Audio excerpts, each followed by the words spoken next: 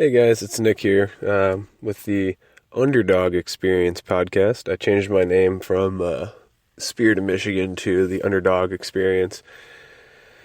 There's a bunch of factors that went into that, but we'll get into that in a little bit, maybe on the next episode. But so the reason I'm doing this little spiel right now is because I posted up the first real episode 1. There's 2 videos up.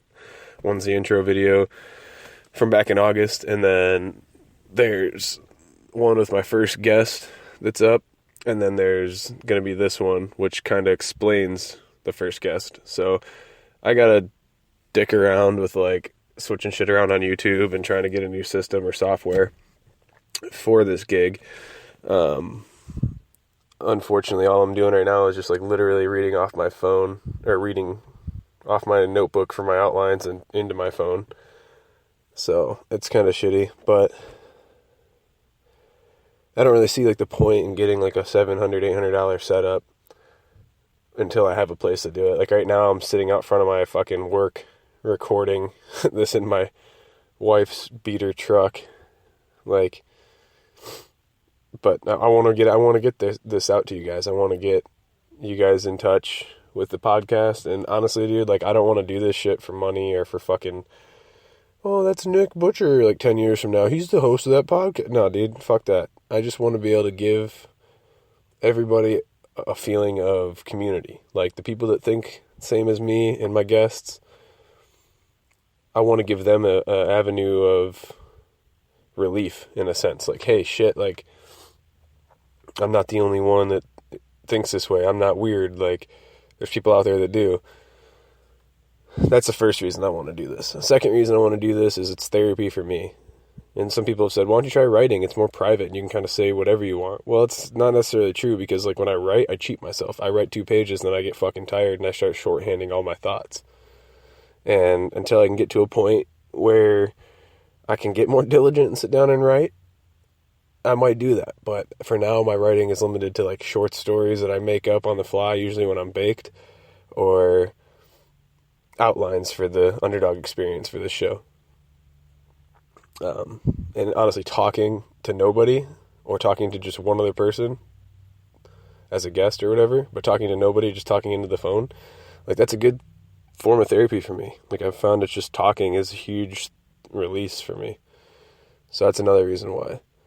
And thirdly, like I want to do this because I like talking to cool people. And I look at the Joe Rogan Experience, like I said in the first intro podcast that I did, like he's lucky, man. He's got audio and video recording of like every awesome person and conversation ever. And he can look back on that and show his kids that. And like, that's just really fucking cool. So that's kind of also what I'm trying to emulate. Okay.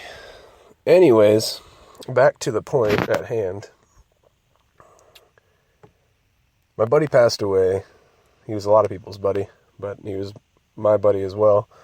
Passed away a couple Wednesdays ago. Got in his accident a couple Sundays ago. I think it's two Wednesdays ago now he passed, and 3 Sundays ago he got in his accident, something like that. I'm not going to go into details. I'm kind of tired of talking about it, but he passed away, and his death was truly one of the hardest things I've ever had to experience, but also like the best thing that could have happened to me. Or I think to a lot of people, like not just to me, but I think like if you realize that now, then you just realize it sooner than other people. Like other people will realize later that holy shit, Randy passing was for a reason, like legitimate, no bullshit. And what I think's cool, man, is when Randy passed away, we got flown across the country back to Washington State via my wife's boss's air miles or credit card miles she had racked up that she didn't have to spend any money, just fucking threw her miles down and was like, you're going home. So I was like, okay, that's really cool. But we get there, and I have anxiety, man. I got real bad anxiety. And like I had anxiety about going back just because I left so fast. Kind of looked like I was running away from people or just running away in general. And so I kind of felt bad for that and going back as I have to face those same people. was also anxious about going back because some people that were going to be in the mix were there was history with, and it was just stressful in general. I have not had a more fun 4 or 5 days in probably the last, like, good fucking 2, maybe 3 years. Like, that was a blast. I had a great time. And, I mean, honestly, going back and Randy passing spawned the first episode of this podcast, man. Like, I'm a perfectionist when it comes to shit I like doing. Like, when there's something I'm passionate about, it's going to be perfect. If it's not perfect, I'm not going to do it. And a lot of times I don't even attempt it because I try to think about attempting it and my thoughts aren't perfect on it. So I just say screw it and scrub it. And I know a lot of people, a lot of listeners can relate to that. But I met a guy over there who is in the mix with our friend/family group. He's a boyfriend of one of the younger sisters of our, basically my wife and I's pseudo family. And it's an awesome dude, man. Like, when I was talking to him, I felt like I was talking to, like, a prophet. Or like Randy was explaining everything he could never explain or had a hard time explaining here on Earth. He was explaining through Brennon and I. And Brennon, on top of that connection that we had, like, he fucking does his own screen printing business. He is his own only employee. He started it from nothing. He designs, but he'll probably say he's not a good designer. Screen prints, and when I say perfectionist, this kid's the epitome of that, and that's a fucking amazing thing. But far more than just, you know, his business and what he does, is like, his story, dude, is fucking wild. Like, I fucking was listening to his story, and it was every single thing he was saying I needed to hear in that moment. Otherwise, I don't know if I'd still be fucking alive right now. Like, I had no hope about my situation, being stuck in snowed in fucking Michigan, trying to get back to fucking homeostasis, a happy homeostasis, you know? And, like, I was just fucking feeling beat up. And then Randy passed, and I was like, dude, what the fuck? He was my last real role model in my life. And, like, I don't know my path anymore. Fuck this. I'm about to throw in the fucking towel, dude. Like, no shit. I met Brennon at a get-together, you know, a little luncheon/dinner at some of Randy's extended family's house after his funeral. And, dude, I don't know, man. You'll hear what I'm saying when you listen to this kid, but he's a motherfucking badass, and definitely a brother from another mother. Our situations could not be more similar. Our stories could not be more similar. The only difference is he's climbing out of the struggle bus and starting his own shit now and actually succeeding with it, and I'm still kind of riding in the middle of the struggle bus. But definitely a great kid, definitely a great dude, and, you know, I hope you guys enjoy the raw, uncut upload that I did. I was thinking about doing, like, all right, Brennan, hey, let's sit down and let's talk about this, and I'll do a little Q&A and, like, fucking, or, you know, an intro at least, and then play the uncut of us talking. But no, dude, like, something was just like, no, fucking fuck it. Put your phone down on the coffee table, put it in record mode, and just straight let this phone soak up everything that we're shooting around right now.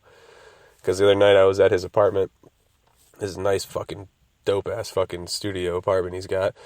I was hanging out there, me and my wife and her best friend, him and his girlfriend, and we were all sitting there in the new apartment, just bullshitting, man. But it was bullshitting with a point. It was bullshitting with, like, a reason, and there was a fucking deeper meaning to all of it. And that's, I think, why I felt so pressed to fucking just record it all. He knew I was recording it. Everyone there did. They all knew. And they all knew about the podcast. And that's actually where the name change came from, is him and I were talking, and, like, I told him I didn't really like Spirit of Michigan. I felt like it was too cornered. Like, it felt like you had to be, like, in Michigan to fucking really feel the effect of Spirit of Michigan podcast. Like, nah, man. It's more than that. It's like the human connection. It's a human connection podcast, man. And it's for the underdogs. It's for the people that haven't made it yet and need that spark or that thrust or that little bit of hope. And you also need to feel like you're not fucking crazy for thinking the way you think. Like, just because it's not conventional thinking. Who the fuck cares, dude? Conventional warfare got the Brits killed until we came up with a new type of warfare. And we fucking dominated.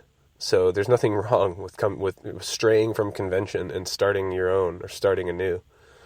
And I know Brennon really speaks to that. And by the way, guys, that's Brennon, Brennon, not Brendan. It's hard to enunciate on here when I'm a nasally fuck. But, yeah, the audio's up, man. It's 15 minutes and 1 second or some shit like that. That's the longest, like I said, that this app is letting me do right now. And until I get a more stable, like, home environment, I'm going to set up a fucking little makeshift studio, and I'm actually going to try and get some real software and do unlimited amounts of time and have guests come over. Just bear with me. Like, I only posted that raw, uncut audio of us talking for 15 minutes, like, because I felt pressed to, man. And not by other people, but an outside force. Like, something was just telling me, post that shit, dude. The world needs to hear this motherfucker. So, you know, I hope you guys enjoy it. I'm still looking for feedback. This is like my 2.5/ maybe 3rd episode, if you want to call it that. And I know it's out of order and everything, but just give it a listen and try and hear Brennon out and, like, let me know what you think, man. There's definitely big things to come for Brennon and for myself. So keep a lookout for his clothing line, Ebon, Ebon, Ebon Clothing on Instagram. That's his page. You can follow him, Brennon Gulin, at Brennon Gulin on Instagram. That's BrennonGulin, all one word, all lowercase. And check his shit out, dude. He's fucking dope. He's a fucking badass screen printer. He's a perfectionist. He's a fucking smart ass, wise ass fucking kid, dude. Like, he's a kid, I say, because he's younger than me, but he's about 97 years old in his brain. And it's fucking refreshing, dude.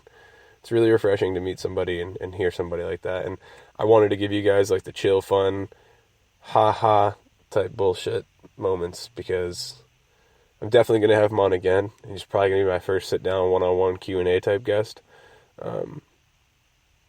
But in order to have that be successful, I felt like you guys needed to hear the real side of both of us and talking about our story. And I do apologize. Sometimes it's hard to hear. And sometimes, you know, you hear coughing in the background or a microwave at one point.